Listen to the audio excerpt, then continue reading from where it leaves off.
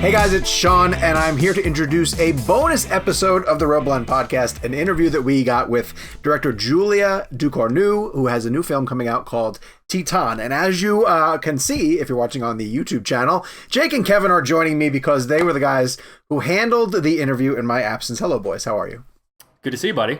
Good to see you too, Sean. I actually have never been on one of these little intros before, so this is exciting for me. Kind of fun. It's kind of exciting. I feel like I'm in some special club now with you and Gabe. So Titane won the Palme d'Or earlier this year and is a unique film. Which she's going to get into a lot of her motivations for it, and it's one of those. I don't even really know what to say about the movie because it feels like if you even describe what it's about, it's you're giving away some of the big spoilers of it. So we'll hear how these guys danced around specifics, and then we'll get on the other side of the interview and talk about how it went from their perspective. So without further ado, the ReelBlend podcast bonus episode with Julia Ducournau talking about Titane. Nice to meet you. Thank you so much for coming on. We're definitely a filmmaker-driven podcast, and so please feel free to get as nerdy as you want to, because this is very much our jam and very much what we love to do. So Julia, I'm going to start out talking about, goes without saying, a lot of people are talking about some of the more shocking aspects of this film, but one of the things I also want to drive home is how much by the end of the story, there's this really sort of beautiful story about family and what family means by the end of it. So I'm sort of curious, as a storyteller, the balance between sort of the sweetness of the story and the shock of the story, because you don't want the shock to overtake sort of a lot of the sweeter messages of this so that people don't get that. So how do you balance the two?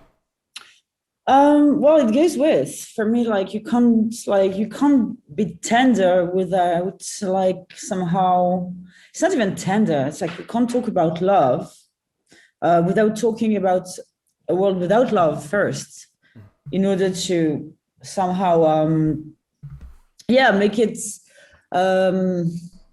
so important that and so necessary to our world. By just starting with it. Basically, you have got to start with something where you miss something, when it's deprived, when it's violent, when it's emotionless, also in the case of my character. So for me, everything, both goes with darkness, goes with light, vice versa. And it depends on the trajectory of your film. Here it's an ascending trajectory. So it was really, for me, very clear from the get-go that I wanted to start with that last scene. That is, for me, a very, a very unconditional way of portraying love between two characters, because you're talking about family, but for me, it's even beyond that. Of course, there is something about electing your family in the film. It's a lot about election, but the love that I want to convey at the end of this is a love that goes beyond any form of representation, any form of determinism, any form of social construct.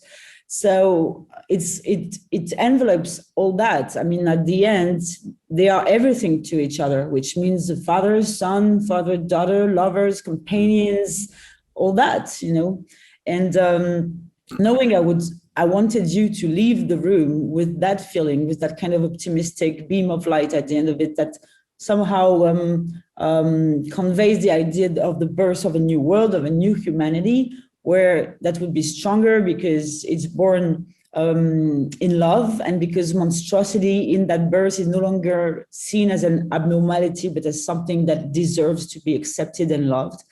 And so when you start with that, you have got to walk your way back to the beginning in a 180 in order to have your ascending trajectory with this. And this is how you start with something that is way more violent and way darker than that. By the way, you say you use the word shocked, which is a word that I'm not too keen on, to be honest, because honestly, I don't do anything to shock anyone. I assume that some things will, but this is something that comes after that I've finished the film. It's not something that I actually intend to do. There is something a bit gratuitous in this, and I do believe that, again, in order to express that love, to express the birth of that love and the emotions of humanity in my film, we have got to find our characters at the start of it on the precipice of their own humanity, which means that are only either driven by death impulses, like it's her case, or by a complete mad fantasy, like it's his. So yeah, nothing gratuitous in that. I want to talk to you about a oner that you have in this film that I'm still trying to figure out how the heck you did it. It's the oner as she's walking into the car area, and then the dance sequence, and then at one point we switch to her doing the dancing with the car, and it's all done. It looks like a oner. I don't know if you have any stitches in there, but no. I was wondering, you don't. All right, so that's what I wanted to ask you, because that is one of the most impressive oners I've ever seen. So I was wondering if you could walk me through the production of that, how that was shot, that switch that gets made, which is really kind of, it took me off guard as well when we see her kind of fully dancing. If you can just walk through the production of that, because it's an incredible shot. Well, the first thing is that when I wrote that scene, it was instantly written in the script that it would be a oner. For me, there was absolutely no questions about that, because I really needed to create an evolution in your own gaze on this, on the hostesses, on the dancers that leads you to Alexia, and I needed for your gaze to shift. It was important because at the start of this shot, what I'm trying to do is to mimic a male gaze that would objectify women. I would say like as much as they do with cars, but I still think that cars are at a higher level of respect at the start of this film than the dancers. And doing so, when you get to the character of Justine, you already have like her who is immediately incarnated, because she's looking at Alexia, and she talks, and basically she's the only one who talks there. She talks because she goes through an assault, so it means that your empathy goes on her at this moment, and she retaliates and pushes the guy away, and then the guy is pushed. So this is like one first step in order to try to reverse the narrative of the male gaze. And then you get to Alexia, to the car, and Alexia, the way I direct her choreography, contrarily to the other dancers, is that she's not dancing next to a car or with on a car. She's dancing with the car. Right. So there is something about the moves that we created with the choreographer that somehow makes her take over the car, which was not the case with the previous dancers. And on top of that, she's looking right through the camera. So looking right through the camera means that she completely reclaims the narrative. It makes her active because it's not you who's looking at her anymore. She's looking at you. That the male gaze is far gone at this level. And you see how it was important to have an evolution towards that in order to really put the emphasis on the reversing of the male gaze and on also making her the active character of the scene and of the whole film, being the first time that we see her as an adult. So that's how I thought about this. And then technically speaking, it was indeed a very hard shot to have. However, basically it was our first day of shoot. That's period. That's the first day. Wow. That's a big first day. Yeah, that was a crazy first day. Oh my God. Yeah, but keep talking. Technically, how did you pull it off? How many takes was it? It was. I couldn't stop. I was so immersed in it. It was one of the most immersive oners I've ever seen. Thank you. I appreciate that. It was insane. It was insane. So basically, well, obviously, it's a shot that we prepared for months ahead, and all the choices I did with the car, the casting of the cars, the way we designed the set, what I wanted it to look like, the fact it had to be very metallic, the costumes of the dancers, which had to be metallic as well in order to remind of the hoods of the cars, and all that in order to put them at the same level, you see, and all that. So everything was really thought through and worked on ahead for months. Before the first day of shooting, we had 1 day of rehearsal. So that's when it gets funny. So on the first day of rehearsal, basically, it's me, my actresses, so the doppelganger, because it's a doppelganger, and my actress, and the crew, and the cars. So we rehearsed this. So basically the movement was held first with an operator who had the Ronin, so an exoskeleton, the one that goes through the crowd from the get-go, blah, blah, blah, blah, blah, blah, leads us to the car. But before we get to her car, we get into a crowd when the security guy takes the guy out and we follow into a crowd. At that moment, the operator detaches the camera from the Ronin and puts it like somehow like it's kind of like a, how do you call that? It's not magnetic. It's these kind of things you have on crane like this. Sure, but it's attached to a different thing. You reattach it to something else. The name of it. So he detaches from the Ronin, puts it on the crane, and then it's my DP who goes on with the following of the shot with the choreography around the car. So it was obviously the hard part, which at least we thought it was going to be the hard part, was to not feel the change of grip that you had to go from the exoskeleton to the crane, detaching it and reattaching it in the same movement. So we do that. We rehearse like crazy. We're very happy with ourselves. We have all our marks on the floor for my first operator to actually walk through between the cars and all that.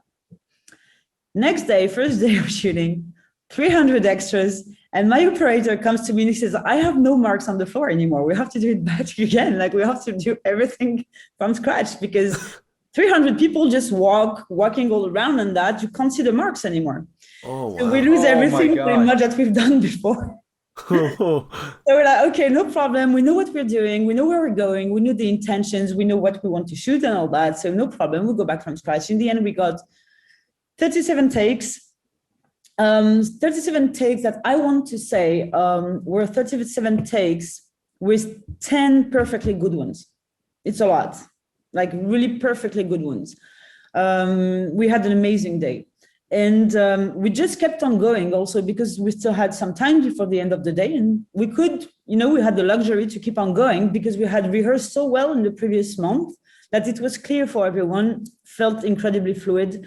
And and was a crazy first day for the reason that after that, basically, when you create oners like this, I create them to have a shot that I can actually make with the entire crew. Like I want everyone to be working on that one. I don't want anyone to be bored and to wait with the cigarettes, waiting for the next shot because they don't have anything to do.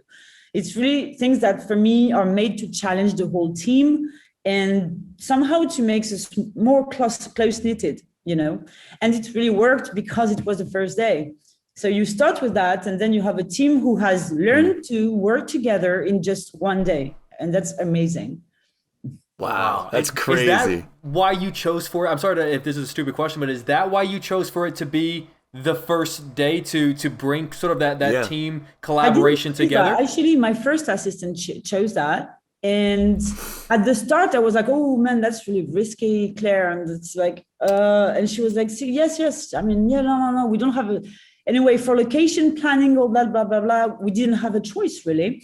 But in the end, thinking about it and talking to her about it, we thought, actually, that might go great. That might be a great idea. And nowadays, I think that for my next film, I will try to start with like a very hard shot like this, because it's really like, launches you for very high ambitions throughout the whole shooting, basically. Wow. Wait, how did you fix the adjustment though? You didn't mention that. How did you make it look like we didn't like? No. When the camera went from you took the camera off and reattached it. How did you make that clean? Well, because my operators were both very good. Wow. That helps. We rehearse a lot, and at one point it becomes fluid, Wow. So cool. Wow. Well, you mentioned something that you learned on this film that you're going to take to your next film. I'm a huge fan of RAW, and I was wondering what the most valuable lesson that you learned on RAW that you brought to this film.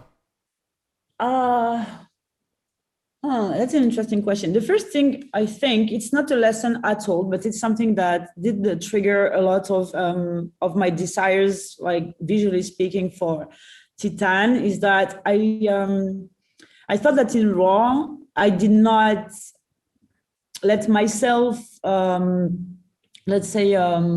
think about cam movements enough. I think Titane has a lot of still shots with a lot of things happening in them, but somehow it felt to me that I missed something in terms of my visual language, that I hadn't been like as far as I wanted to.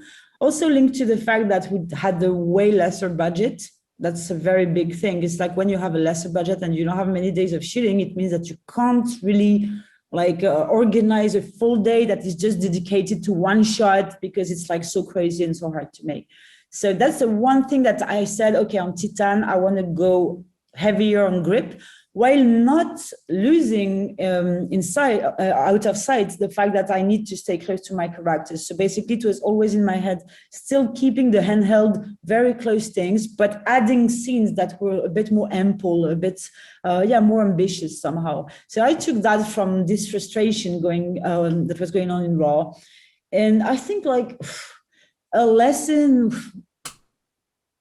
again, not really a lesson, but I took a lot of my crew back from Raw, and definitely like convinced me that that's the way to go for me. I will do the same with the next one. I think like basically working with people who know your universe, who know the way you're working on a set, which is like incredibly unique in particular to any director, and know the level of my ambitions and how demanding I can be. Makes it like so easier, and also helps you go so much deeper afterwards for the next one. For example, with my DP with Ruben, like we felt like way more free to want to work together on sets. I mean, we were way more together in terms of collaborating really, and just he was like, we were constantly together on set. We would constantly talk together. It was, again, like very free and very easy, which was not necessarily the case on Raw. I mean, Raw, it went well, but we had not reached this level of complicity that we had on Titane, and which, again, made it possible for me to go like, listen, Ruben, okay, this is the shot list.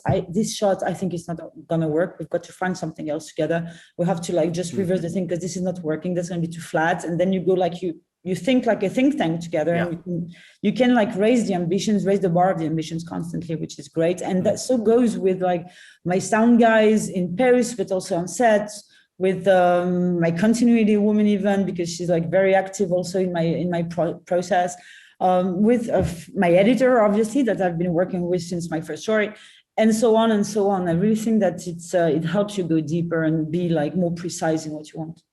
Sure. There's a scene in this film. I mean, there's a lot of scenes as an audience member that are hard to watch. There's a few scenes that just in terms of like visually speaking, things that like are, but it's an immersive thing. So like you feel it, because the way you make it, you feel it. And the scene that particularly I feel like I felt the most physical pain was the nose scene. And I wanted to ask about shooting that and how much of that comes down to sound design, how much of it comes down to the angle of the camera. For people who don't know what we're referring to, the character basically is breaking her nose.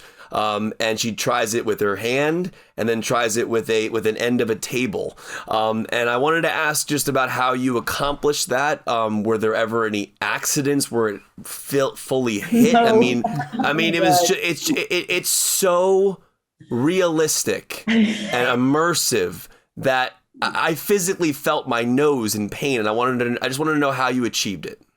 You know, that's cute. I mean, you're very naive. That's really nice. I know. It just honestly, it was so immersive that I felt every bit of it. I mean, even the scene in the toilet. I mean, with the toilet paper. I mean, it was just a lot of it was like my body felt it. That is the wonder of cinema, isn't it? Yeah. So one thing, I do feel that my film is not necessarily hard to watch. I think it's hard to feel, for sure. Hard to feel. Good point. Good way to say it. Good way to say it. Very, very immersive, obviously, intentionally. And but doesn't mean, like, for me, hard to watch means that somehow there has been someone, the director, maybe overindulging in some... hard to feel is good. That's the way to put it. I like that. It's not like pushing the limits. It says that in the limits of my character's POV, and that's the only thing that I'm interested in. So, but because what she inflicts upon herself is so hard, and I want you to feel it, obviously, it makes it hard to feel for you as well. Yeah. That's for me, you know, it's this is a very good way to relate to a character that you actually cannot condone, or you can't condone that character's acts or anything, or you can't morally relate to her. But the way I make you stay in that room and stay and bear with her is really through her body experience. So this is the immersive aspect of it is crucial for me to keep you in that room until you see the follow-up and until you can actually relate to her emotions when they start like emerging, you know. So the thing with that scene, so no, obviously no humans were hurt during the making of that film. Right. But is it angles? Is it how much of it is sound? How much of it is angles? And I'm just wondering like how you do make that so immersive.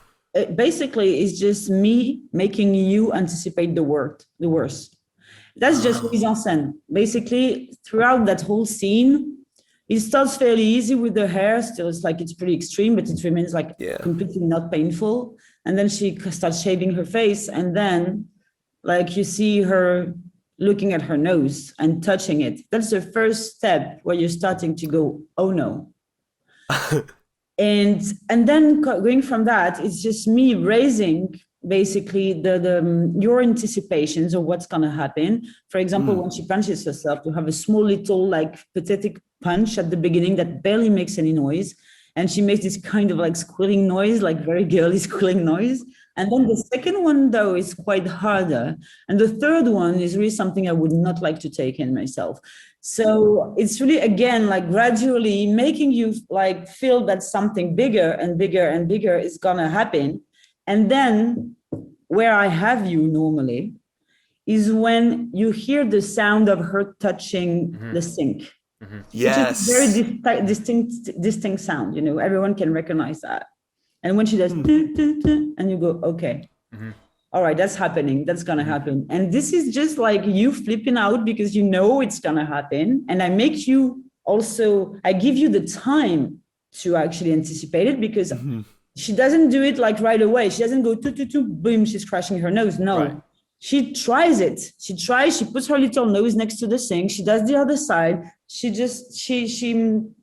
stands up again. She goes back again, stands up again, goes back again. And then I'm playing with your nerves here, completely playing with your nerves. And after that, honestly, the camera on angle I chose, which is like going up like this, you know, counter dive. And it's actually overly dramatic. This kind of angles are overly dramatic, generally speaking. And it feels like they reveal a lot of what's going to happen. It means that basically when you see that angle, you know that there's going to be some frontality. But what you actually see when she really smashes her nose is nothing. You don't see shit. For the first thing is that because obviously there is a plate here, and it's not the same shot. It's me stitching two shots together. Yeah. And you don't see, it's too far to see any real like nose, like bone breaking. You don't see anything. You don't see any blood at all. The blood is in her hand when she comes back up. So basically what you see is nothing. All you do is anticipate and hear the sounds of celery being broken, which is perfect for breaking bones in the cinema business, in Foley. And that's it. It reminds me of like the needle in Pulp Fiction, that you don't actually see the needle go into Uma Thurman. And everyone thinks that they've seen it. Yeah. Everyone thinks they've seen it. Think about Fincher's Seven, because like you don't see any of the violence happen. You see the aftermath and you just imagine it. I want to say thank you, by the way, for the answer you just gave, because I don't think people truly understand what goes into a shot like that. And the way you just described it as a storyteller, like knowing that you like what you just said is how I experienced it. That's exactly what I went through while I watched it. And to know that those were your intentions of where I would be emotionally throughout that scene, and to hear you affirm that is just amazing to me. So thank you for sharing that. That was really cool to hear that. Jake, go ahead. Sorry, it kind of kills the magic for anyone who's listening. Yeah? I just think but our audience for this podcast likes having the stuff, magic. It's we're both an appreciator of magic and also a deconstructor of it sometimes. You also kind of gave a masterclass on storytelling and filmmaking, and I think people who listen to our show like that kind of stuff. And I honestly, it's amazing to me that you put that much thought into that, and that's what I experienced. So just thank you. That was cool as hell. I think we put that much thought in every aspect and every shot and every take of it. That was cool.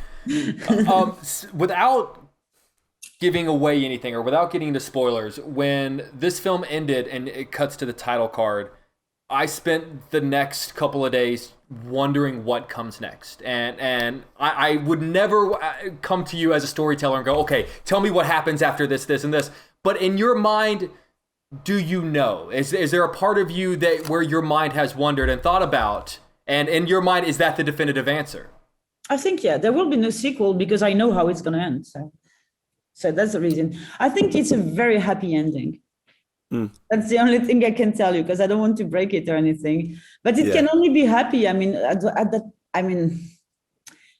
yeah, there is something that I could say, but honestly, so once someone, okay, I'm just going to tell you that. Once someone asked me very randomly, what is the baby's name? Oh, it's a great question. And I answered, the baby's name is Alexia. Because she gave birth to herself, essentially, or because she shed her last skin. Oh shit! This interview is like, I need to go back and watch this movie. We just got the 5-minute warning on this interview, and now I have like 50 more questions for you. We have so many. We wrote so much for you. Oh my god, that's incredible. I want to ask you about linear and non-linear filmmaking. Because I would imagine this is a very hard film to shoot non-linearly, considering the body changes and changes that go through in the film.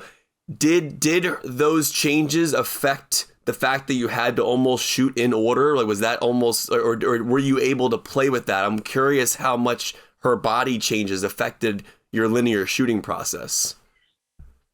I think that, because Agathe is a non-professional actress and it was her first shooting, I think it was very fortunate that because of the prosthetics we kind of had, and also because of the structure of the shooting, we started in the south of France to do the first 30 minutes, and then we went back to the suburbs of Paris to do the rest. And everything that happened in Vincent's apartment basically had to be chronological because you're in the same place for like 10 days or 2 weeks or whatever. And I think that was very fortunate that the prosthetics grew bigger as Agathe was more and more into the shooting and somehow the linearity of this story. It really helped her have a grasp on what was happening to her character, really. And I do believe, by the way, that prosthetics are an amazing way for an actor to really enter a character and to find a true companion of acting with. I think prosthetics are perfect for that. And to a certain extent, I think that Vincent, while doing heavy weightlifting for a year and a half before, kind of grew his own prosthetics, and somehow his body was so different from who he really was, and his age as well. I mean, it's absolutely insane what he did. It really helped him getting into the idea that he was Vincent Legrand, which is the name of my character, and not Vincent Lindon, which is the name of the actor. Also, by the way, for that thing is once Vincent asked me I don't know, he asked me something like, what do you think really about my character or whatever? But this was after the shooting, really after the shooting. And I said, Vincent, do you remember the name of your character, right? And he said, yeah, it's Legrand. He says, Vincent, I called you Legrand, which means in French, it means it's the one. It means the one, the big one, the only one. Le Grand is something that is very, super heroic somehow. And he only realized that month after the shooting. He said, oh my God, but if I had known that you had called me like this, he was like, I would have been so scared to act him, and see him. And I was like, yeah, that's a good thing you never realized then, It's so funny because he had it shed a new light on his character all of a sudden. And so wait, talking about the prosthetics, you asked me, what did you ask me again? In terms of if it affected your linear structure of how you shot in order or not. That's basically what I was asking you. I think it really affected our order of shooting day by day. Because basically prosthetics, I love working with them, but it's a huge pain in the ass, really. It's something after each film, I'm never again. And the next one I go again, because you can't find a better organic feel of the skin and of a transformation than with prosthetics. Of course, helped a little bit by video effects, but still, I mean, it really helps the actor and really way better for the audience. Anyway, so every day you put on the prosthetics on, had pretty much between 4 hours and 6 hours of makeup every morning, which was draining for her. And after that, basically you have to work the prosthetics as much as you can and do everything that you can before they start peeling off. Because they will start peeling off. At one point, they will start falling, which is like by the way, they're like, she had like prosthetics all over the body. So when it starts falling, everything falls with. It's really like, it's not just one little piece here that you can mend. No, it's like everything, the whole thing is falling. Obviously, because what she had to do was quite extreme and she was moving a lot and she was punching in and all that. So it really had an impact on the prosthetics. And so basically we had to do as much as we could before it peeled off, because when it peels off, it's not like it takes you 10 minutes to glue again. It takes 2 hours. In our small production, we did not have 2 hours a day to be spent in the putting the glue back and on her and to put the makeup back. And we didn't have that kind of time at all. So it was really like a race, a race against time and the prosthetics in order to like enter everything we could with it.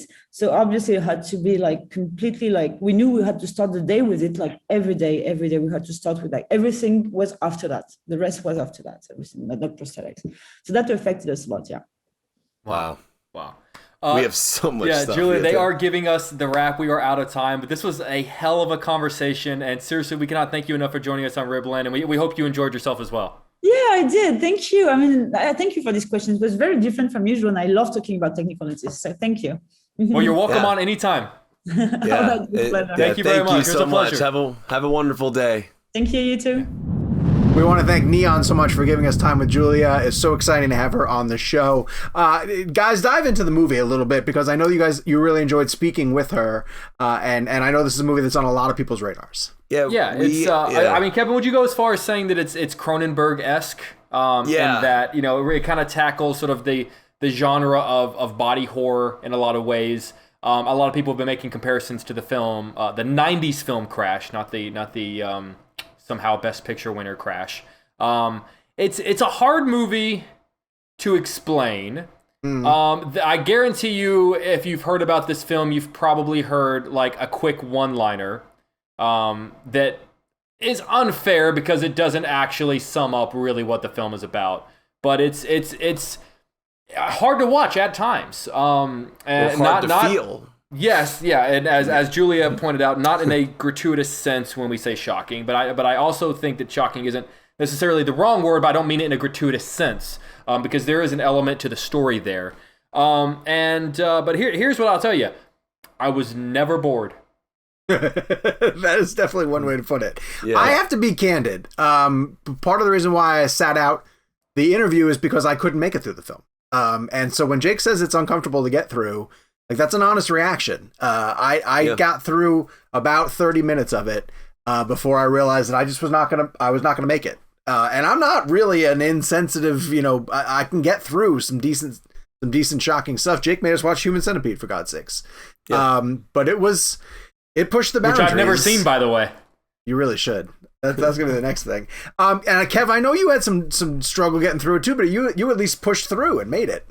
Well, for me, this is the kind of interview that this is the kind of interview that reminds me why I love doing this show so much, because this is the kind of interview where we took a deep dive with a filmmaker, and my experience with that film, I had never seen anything like it. So one of the things I was texting you guys, like, this is so hard to watch or so hard to feel, as she said, but I made it through. I kept watching because I wanted to know what was going to happen.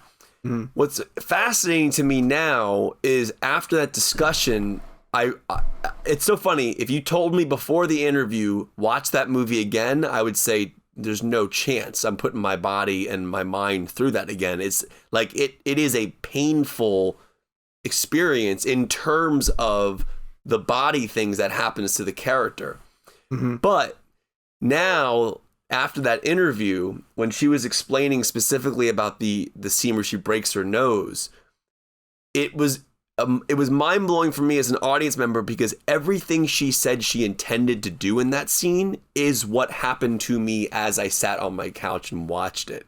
And I don't know that, I think in my mind, I was so horrified by the violence that was being inflicted on some of the characters that I didn't think about thematically what the violence meant, or what the director was doing.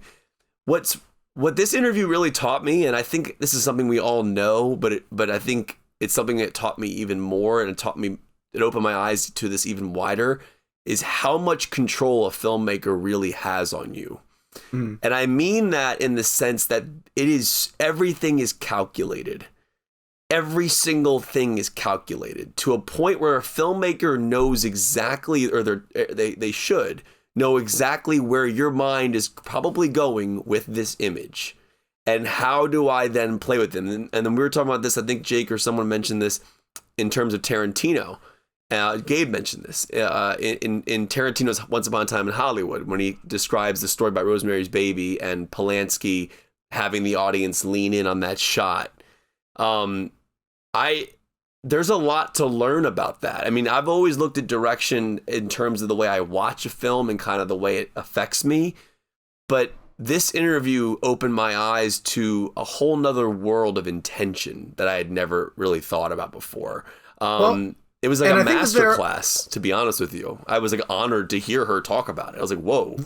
There are filmmakers who are not engaging that way. Like, they're very passive, and it almost makes you then regret that they're wasting their shot, Right. because you can be really manipulative and influential with film and with your images, or with sound, with a performance. And so when you do see a filmmaker mail it in, for lack of a better word, and I don't think anyone who's actively making a film is truly mailing it in, but I do think that there are people who go the extra mile to do more, to think about how is the audience going to respond to this, and how can I maybe tweak their expectations, and maybe catch them off guard.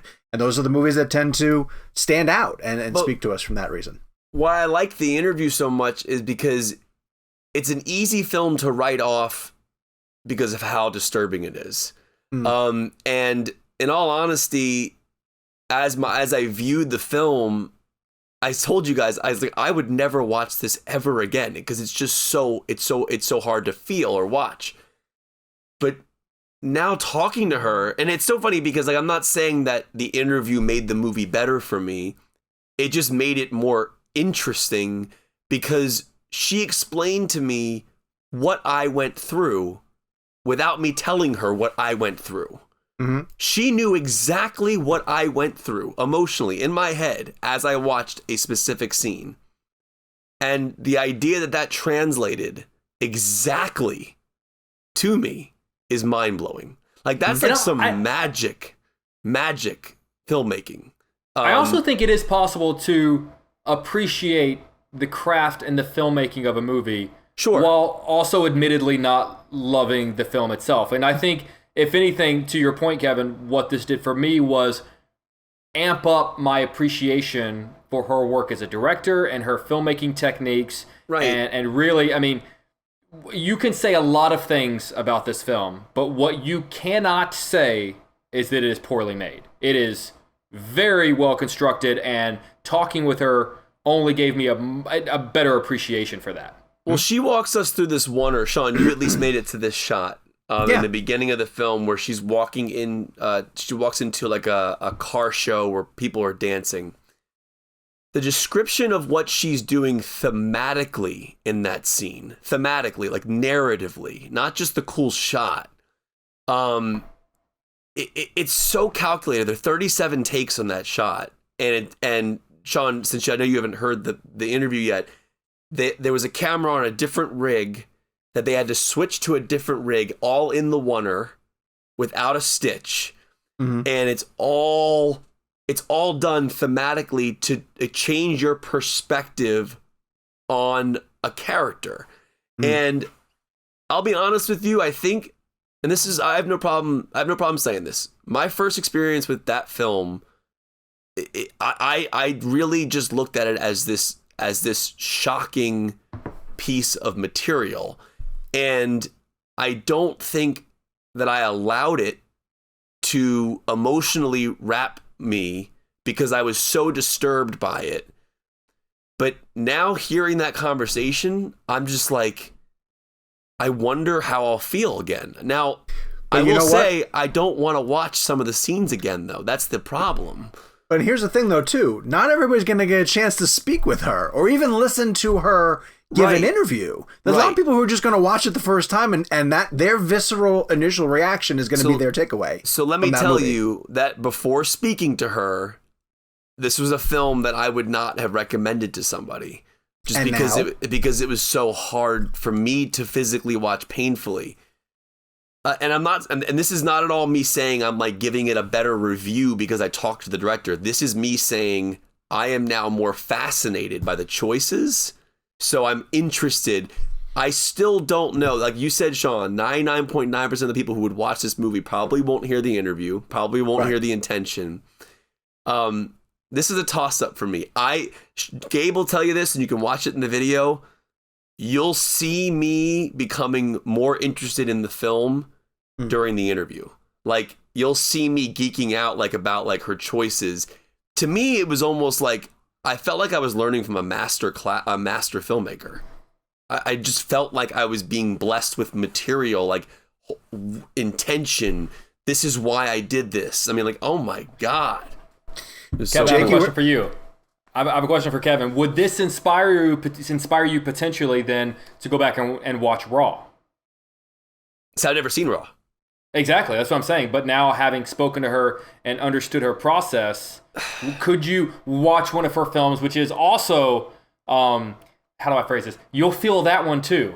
In her words. Now that you understand her process, you can't watch Titane for the first time ever again, but you can watch Raw for the first time. So I will, and I'll tell you this: the only movie in the history of cinema I've ever turned off is Irreversible. I've never seen it. You don't. It's. I don't even think I know what that is. So I never made it to the. There's apparently a 20-minute rape sequence, which I had never made it to. I turned it off after the scene. There's a scene where a guy's face is beaten in with a fire extinguisher and a fire extinguisher. And they Sean, have you spin seen this movie? I've seen it. Yeah, I saw it. You when watch it a came out in guy's theaters. face go from a face to hamburger meat in a oner. It is so. Though I turned that off, I kept watching Titane.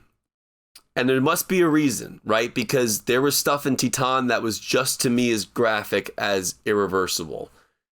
Maybe subconsciously, like, I don't know, it was a really weird thing for a filmmaker to tell me how I felt for real. We've had a conversation too, though, as we've each gotten older, that it's just not, you don't want to see this stuff anymore. No. Necessarily. And that's the hard part. But I think at the end of the day, would I recommend the film?